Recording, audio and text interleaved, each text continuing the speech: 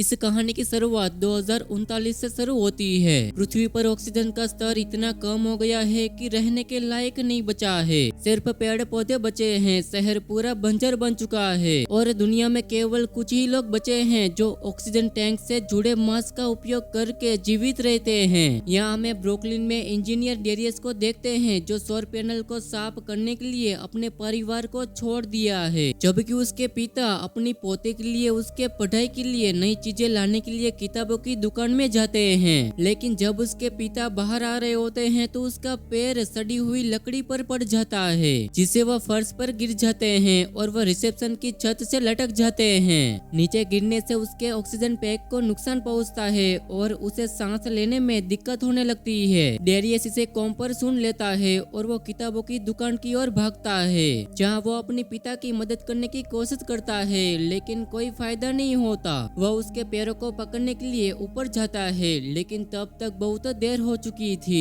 और वह आदमी मर चुका होता है। इसके बाद डेरियस बंकर में वापस आता है, जहाँ वह अपनी पत्नी माया और उनकी बेटी जोरा को बुरी खबर देता है।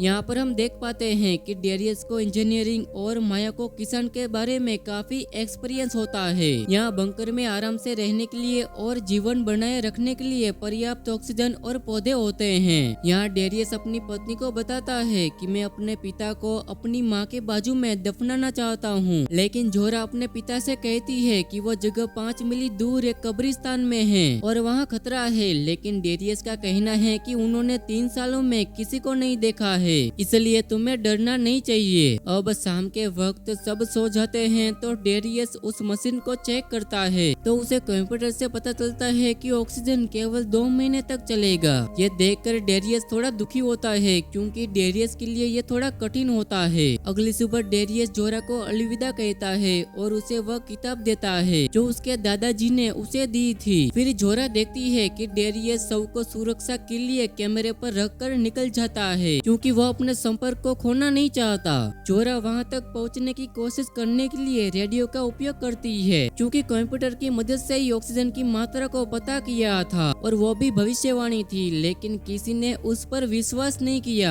लेकिन उसको कम से कम समय पर बंकर बनाने का मौका मिला था। अब धीरे धीरे समय बीतता है और 5 महीने बीत जाते हैं और डेरियस कोई जवाब नहीं देता और उसका कोई अता पता नहीं था। यहाँ माया और जोरा अपने दम पर जीवित रहने के लिए पूरी कोशिश करती है। अब दोनों डिसाइड करते हैं कि वो बंकर को छोड़ दे और उन्हें डिवाइस को भी चेक करते रहना होगा। जब वो दोनों बाहर जाते हैं तो हमेशा बंदूक साथ में रखते हैं, लेकिन जब माया अकेले कपड़े लेने दूर चली जाती है तो जोरा को गुस्सा आ जाता है। यहाँ बंकर में बहुत बड़ा स्टील का दरवाजा और एक पासवर्ड लॉक होता है। ये उनकी सुरक्षित रहने के लिए होता है। दोनों जितना हो सके एक दूसरे का साथ देते हैं। डेरियस के गायब हो जाने से जोरा ने कभी हार नहीं मानी और वो रेडियो के माध्यम से संदेश भेजना जारी रखती है और माया ने भी हार नहीं मानी। अक्सर बीज उगाने के लिए वो बाहर जाती है। उसे लगता है कि एक दिन ये बीज जरूर उगेंगे। वह जोरा को सिखाने के लिए कंप्यूटर पर नकली त्रुटियां भी चलाती है कि उनके सामने जो भी परेशानियां आती है उसे कैसे ठीक किया जा सकता है। तब भी जोरा उसे कहती है कि वह अपने पिता की तलाश के लिए बाहर जाएगी, लेकिन माया उसे याद दिलाती है कि वह पहले ही कोशिश कर चुकी है और वह जोरा को जाने से रोकती है। एक दिन वो दोनों दोपहर को बाहर जा रहे थे, तभी उन्हें 2 लोग दिखते हैं जो शॉपिंग कार्ट के साथ आते देखते हैं। ये दोनों पुरानी कार के पीछे छिप जाते हैं और देखते हैं कि कैसे वो बंकर में घुसने की कोशिश कर रहे हैं, लेकिन उनसे दरवाजा नहीं खुलता। फिर भी वो जानते थे कि उन्हें किस दरवाजे से जाना है। उसी समय माया और जोरा का सिस्टम उन्हें उनकी ऑक्सीजन के स्तर की याद दिलाता है कि उनके एक साथी लुकास दरवाजे को ढूंढते हुए छत पर चढ़ जाता है। टेस कार के पीछे देखती है, लेकिन उसे वहाँ कोई नहीं मिलता। वो सुनती है कि उसे रेडियो पर किसी चीज के बारे में चेतावनी देने की कोशिश कर रहा है, लेकिन तब तक बहुत देर हो चुकी थी। तभी माया और जोरा उसे जमीन पर गिरा देते हैं और बंकर की ओर भागते हैं और अंदर आकर दरवाजा बंद कर देते हैं। इससे पहले कि वह अजनबी उनका पीछा करे, माया कॉम पर आती है और उनसे शपथ लेती है कि तुम हमें कोई नुकसान तो नहीं पहुंचाओगे। टेस उन्हें कहती है कि उनसे कोई खतरा नहीं है। वो उन्हें बताती है कि वो फिलाडेल्फिया के बाहर एक बम शेल्टर में रहते हैं। वो जहाँ से आ रहे थे वहाँ का वातावरण वातावरण बिगड़ने लगा था। इसलिए उन्होंने डेरियस को ढूंढने के लिए 3 दिनों का सफर किया है। टेस उन्हें भौतिक वैज्ञानिक होने का दावा करती है। उसने डेरियस के साथ विद्यालय में काम किया था और वो बस उसे देखना चाहती है। टेस डेरियस के जैसा ही काम कर सकती है। वो दोनों माया और जोरा का नाम भी जानती है, लेकिन माया को अभी भी उस पर भरोसा नहीं होता क्योंकि डेरियस ने उसे ये बात नहीं बताई थी। तभी जोरा माइक को बंद कर देती है और आगे बढ़ने को लेकर माया से झगड़ा शुरू कर देती है। यहाँ जोरा नहीं चाहती कि बाहर मौजूद लोग मरे। बहुत बहस करने के बाद जोरा अपनी माँ को मदद करने के लिए मनाती है क्योंकि अगर टेस सच में डेरियस के जैसे ही समझ सकती है तो वह दुनिया में बड़े बदलाव ला सकते हैं। तभी माया टेस और लुकास को कहती है कि अपने हथियार छोड़ दो और घुटने पर बैठ जाओ। वो अपनी बंदूक निकाल कर बाहर आती है। वो टेस को लुकास के हाथ बांधने के लिए कहती है, फिर वह टेस के हाथ भी बांध देती है। जाते हुए माया यह भी चेक करती है कि क्या वो और भी हथियार नहीं छुपा रहे हैं। वह अंदर जा रहे थे तभी मिका छिप कर बाहर आता है और उन्हें रुकने के लिए कहता है, लेकिन तभी उसी समय माया गोली चला देती है। तभी जोरा भी बाहर आती है और वो भी गोली चलाने लगती है। यहाँ मिका बहुत घायल हो गया था, लेकिन फिर भी वो भागते हुए जोरा को बंकर में ले जाता है। माया भी अंदर भागती है और वो भी दरवाजा बंद कर देती है, जिससे टेस और लुकास बाहर रह जाते हैं। यहाँ जोरा और माया मिका पर गन तान देते हैं। इसके बाद उसे कमरे में ले जाकर बांध देते हैं। माया टेस से बात करने के लिए कॉम का उपयोग करती है। टेस उसे बताती है कि वह उसकी गलतफहमी है कि मिका उस पर नजर रखता है, क्योंकि जब उसको बांधा हुआ था तो ले जाते हुए देखा तो उसे लगा कि वह खतरे में है। लेकिन माया उसकी किसी भी बात पर विश्वास नहीं करती है और उसे जाने के लिए कहती है। टेस उसे कहती है कि वो डेरियस की मशीन लेके ही रहेगी, चाहे उसे कुछ भी करना पड़े। टेस खुद के और लुकास के हाथ में बंधी रस्सी को काट देती है। यहाँ अंदर माया और जोरा मिका के घाव को ठीक करते हुए अभी भी लड़ाई कर रहे थे कि उसकी बात सही है या गलत। तभी अलार्म बजता है और कंप्यूटर उन्हें बताता है कि किसी ने सिस्टम के साथ छेड़छाड़ की गई है। जोरा और माया कैमरे में देखने की कोशिश करते हैं, लेकिन टेस ने उसे टेप से ढक दिया था। यहाँ मिका की गन गिरी हुई थी तो उसे टेस से ठीक करने की कोशिश करती है। तभी लुकास बंकर के दरवाजे को गिराने के लिए ड्रिल का उपयोग करता है। तभी जोरा के कुछ चीज के टुकड़े उठाती है और उसे कुछ यांत्रिक बनाती है और उसे दरवाजे के सामने रख देती है, जिसे चालू करते ही वह चुंबकीय पल्स भेजती है और वह ड्रिल को तोड़ देती है। टेस ऊपर चढ़ने लगती है और वह हार मानने से इनकार कर देती है। यहाँ कार्बन डाइऑक्साइड बंकर में नुकसान पहुँचता है और ऑक्सीजन का स्तर काफी बढ़ जाता है। तभी अलार्म बजता है। माया और जोरा वहाँ से भागते हैं। माया समस्या को रोकने की कोशिश करती है और जोरा मिका को बंदूक की नोक पर रखती है, लेकिन जब वह अपनी छोटी बेटी के बारे में बात करना शुरू करता है तो वह महसूस करता है और उनके सवालों के जवाब देता है। मिका कसम खाता है कि उसने डेरियस को नहीं मारा, बल्कि टेस उसे पहले से जानती थी। बाहर लुकास हमला करने के लिए दरवाजे के पास इंतजार करता है। तभी उसे गैरेज में कुछ दिखता है तो उसका ध्यान भटक जाता है। तभी वह टेस को घसीटते हैं और इससे पहले कि वह अंदर जाते अचानक से ताला खुल जाता है। तभी माया छत पर आती है और गोलियां चलाने लगती है और वह लोग छिपने लगते हैं। टेस भी माया पर गोली चलाती है। लुकास बंकर की ओर भागता है और यहाँ हवा भी साफ हो जाती है। इसका मतलब यह है कि वो लोग मास्क निकाल सकते हैं। यहाँ अंदर मिका रस्सी को खोलने की कोशिश करता है। टेस नाटक करते हुए अचानक से बाहर आती है और उसका ध्यान भटकाने की कोशिश करती है। तभी लुकास पीछे से माया पर कूद जाता है और उससे लड़ने लगता है, जिससे माया का पैर टूट जाता है। माया उसे मारती है और उसके कान पर चोट पहुंचाती है। तभी टेस उसे पीछे से बाहर गिरा देती है। उसी समय मिका खुद को आजाद करता है और जोरा पर हमला करता है। जोरा मिका के घाव पर अपना अंगूठा दबाकर उसे धक्का देती है। हालांकि मिका को उसका हथियार मिल जाता है और वह उसे बंदूक की नोक पर रखकर पकड़ लेता है। इसके बाद लुकास माया को बांध देता है और मिका भी जोरा को बांध देता है। तभी मिका दरवाजा खोलने की कोशिश करता है, लेकिन वह कोड के बिना नहीं खोल सकता। तभी उसका सारा खून बहने के कारण उसे चक्कर आने लगते हैं और वह वहीं पर मर जाता है। बाहर से लुकास धमकी देता है कि अगर जोरा ने दरवाजा दरवाजा नहीं खोला तो वह माया को गोली मार देगा। लेकिन माइक्रोफोन अभी भी म्यूट होता है और जोरा को कुछ समझ नहीं आता।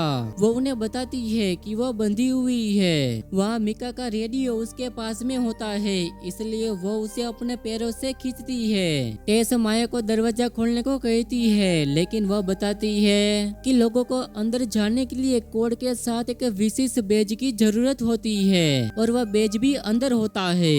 वह अपनी बेटी की मदद करने के लिए माया बोलती है कि एक और बेज है जो वहाँ से बहुत दूर है। उसके पास एक चालू कार होती है, इसलिए टेस उसके साथ जाने के लिए राजी हो जाती है, जबकि लूकास यहाँ ध्यान रखने के लिए रुक जाता है। रास्ते में माया बताती है कि वो डेरियस को ढूंढने जा रहे हैं। यहाँ उसे पता चलता है कि अपने पिता को दफनाने के लिए माया को एक नोट मिला था। उसमें उसे बताया कि मशीन अब 3 लोगों के लिए हवा को साफ, लेकिन वह 2 लोग जोरा और माया को ये पता लगाने के लिए अधिक समय मिलेगा। इसका मतलब यह है कि डेरियस सचमुच मर चुका है और वह जानबूझकर वापस बंकर में नहीं लौटा। यहाँ जोरा कंप्यूटर को कुछ संगीत चलाने के लिए कहती है। कुछ घंटों बाद माया को डेरियस का सर मिलता है। ये देखकर वह बहुत दुखी होती है। इसके बाद दोनों वहाँ से निकलते हैं। रास्ते में उनकी कार की शक्ति खत्म हो जाती है। टेस माया से बेज मांगती है। वह उसे बताती है कि उसका पैर टूट चुका है, इससे वह मुश्किल से चल पाती है, इसलिए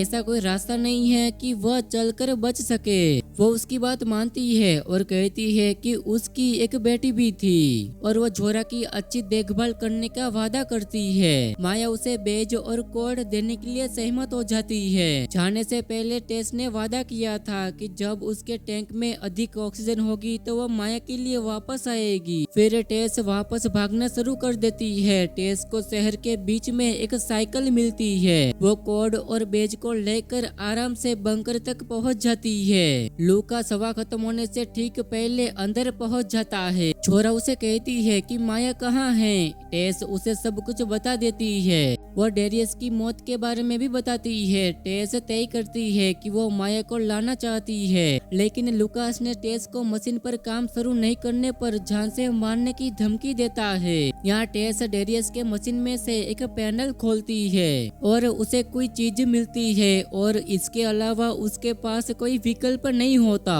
और उसके पास इसे दोबारा से बनाने का पूरा नॉलेज नहीं होता।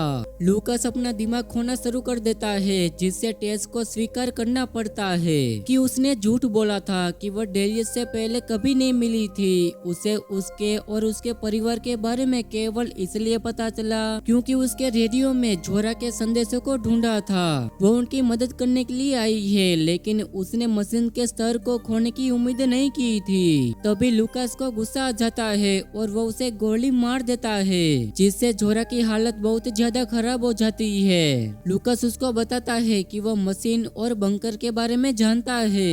वो कहती है कि वो दिखाए कि उसका कैसे उपयोग करना है, लेकिन वह उसे मना कर देता है। इसके बाद हम माया को देखते हैं, जो अपने परिवार के बारे में सोचते हुए कार में बैठती है कि उसके पास केवल 21% ऑक्सीजन बची है और ऑक्सीजन खत्म होगा तो उसे पहले कोई उसे बचाने नहीं आ सकता। तभी वो देखती है कि जमीन पर उसे एक छोटा पौधा दिखता है। वो धीरे धीरे बड़ा हो रहा होता है। वो एक सेकंड के लिए अपना मास्क हटाती है और वो देखती है कि हवा साफ हो रही है, जिससे वह समझ जाती है कि जीवित रहने के लिए पर्याप्त ऑक्सीजन मिल रही है। यहाँ माया कार की सौर बैटरी को रिचार्ज करने की कोशिश करती है। दूसरी तरफ गंधाने के कारण बंकर में लुकास ने टेस और मिका की बॉडी को बाहर फेंक देता है। फिर वह खाने का डब्बा उठाता है और उससे नहीं खुलता तो वह जोरा को उसे खोलने के लिए कहता है। अब जोरा भी वापस जाने के बजाय यहीं पर रहने के लिए कहती है और उसे कोई परवाह नहीं होती। तभी अलार्म बजता है और लुकास केबल को खोलने के लिए मान जाता है ताकि वो उसकी देखभाल कर सके और ये भी कुछ मिनटों के लिए पर्याप्त ऑक्सीजन देता है ताकि वह भाग ना सके। जोरा छत पर जाती है और केबलों को वापस जोड़ देती है, लेकिन उसे पता चलता है कि माया ने ही केबलों के साथ गड़बड़ की है। जोरा वापस जाने की कोशिश करती है, लेकिन लूकास दरवाजा नहीं खोलता क्योंकि वो उसे दुखी और परेशान करना चाहता है। यहाँ वो दोनों एक प्लान बनाते हैं। कुछ सेकंड में अलार्म फिर से बजता है। तभी लूकास बाहर आता है और जोरा को जमीन पर बेहोश पड़ा देखता है। वो उस पर गंदगी फेंकता है और प्रार्थना शुरू कर देता है।